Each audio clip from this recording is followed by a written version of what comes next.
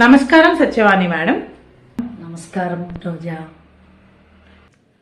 మనం ఈరోజు ఏ విషయం గురించి మాట్లాడుకుందాం? తీయని పలకరింపు గురించి. ఓ, తీయని పలకరింప చాలా మంచి టాపిక్ అండి. వింతగా ఉంది. ఇంపైన మాట తీయని పలకరింపు. ఆ తీయని పలకరింపు ఆత్మీయతతో ఒక చక్కని గుర్తింపుని మనకిస్తుంది. పలకరించటం వలన ఎదుట వ్యక్తిని తన వైపుకు తిప్పుకునే ఏకైక సాధనం పలకరింపు. ఇప్పుడు మనకి ఈ టీవీలు, సెల్లులు వచ్చినాయి. First good morning madam, good afternoon ma'am, ఇవన్నీ సెల్లుల్లో పెడుతున్నారు. మంచిగా పలకరించామనుకోండి, ఎదురు బదురుగా పలకరించామండి, ఎంతటి ఆత్మీయత కలుగుతుందో తెలుసా? ఎంతటి ఉన్నత స్థానంలో ఉన్నవారైనా సరే క్రింద స్థాయిలో ఉన్న వారిని సైతం తన వైపుకి తిప్పుకునే ఏకైక సాధనం పలకరింపు. తీయని పలకరింపు. బాగున్నావమ్మా? తిన్నావా? ఎలా ఉన్నావు? ఇదే, ఈ 3 మాటలు చాలండి. బాగున్నావా అమ్మా? ఎలా ఉన్నావు? తిన్నావా?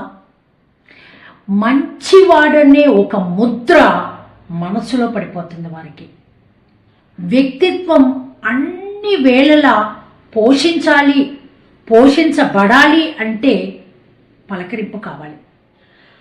కష్టంలో ఉండే మనిషిని ఎదుటి వ్యక్తి నుంచి ఓదార్పుని కోరుకుంటాడు, సానుభూతిని కోరుకుంటాడు. మనం ఎలా ఉన్నారు, మీ ఆరోగ్యం బాగుందా, ఎలా ఉన్నారండి అన్నామనుకోండి, వాళ్ళలో శక్తి ఎక్కువ అవుతుంది. మనిషి ఆశాజీవి.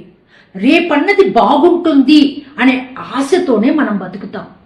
ఒకవేళ హెడేకనో, జ్వరమనో, జలుబనో ఇవన్నీ వచ్చి మనల్ని మంచం మీద పడేసిందనుకోండి, ఒక వ్యక్తి వచ్చి ఎలా ఉన్నావు, మీకేమన్నా కావాలా అని ఒక్క మాట పెద్ద టానిక్ లాగా మనకి పనిచేస్తుంది.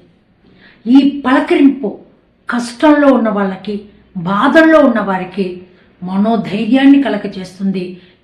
ఇందులో ఇసుమంత కూడా అబద్ధం లేదు. పలకరింపు పెద్ద టానిక్ అనాలి.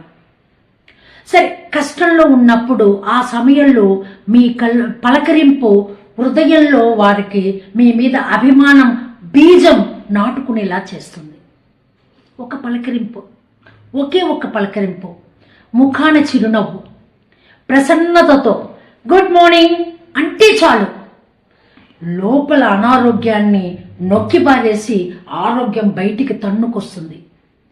కాబట్టి హలో బాగున్నారా అనో, హలో కులాసాగా ఉన్నారా అనో, హలో ఎలా ఉన్నారు అనో. ఏదైనా ఒక మాట హృదయానికి ఒక ఆనందపు జల్లుగా పడుతుంది. అది వాళ్ళల్లో ఎంతటి శక్తిని తీసుకొస్తుందో చెప్పలేం. సో సర్వ మానవ సౌభ్రాతృత్వానికి తొలి మెట్టు నన్ను అడిగితే పలకరింపనే చెప్తాం.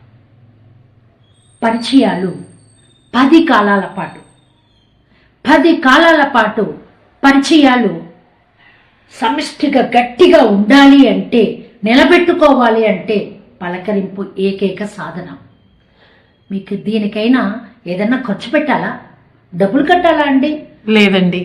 ఒక్క పలకరింపు, ఒక్క మాట నిజమండి ఎంతటి ఎదుటి వారికి టానిక్ అవుతుందో తెలిసినప్పుడు పైసా ఖర్చు అక్కర్లేని దాని గురించి 1 నిమిషం ఆలోచించండి. 10 పలకరించండి. 10 కాలాల పాటు వాళ్ళని చల్లగా ఉంచండి, మీరు చల్లగా ఉండండి. సర్వే జన సుఖినో భవంతు. స్వస్తి. నిజమేనండి. తీయని పలకరింపు మన మీద ఉన్న అభిప్రాయాన్ని మారుస్తుంది. చాలా చక్కని టాపిక్ గురించి మనం మాట్లాడుకున్నాం. ధన్యవాదాలండి.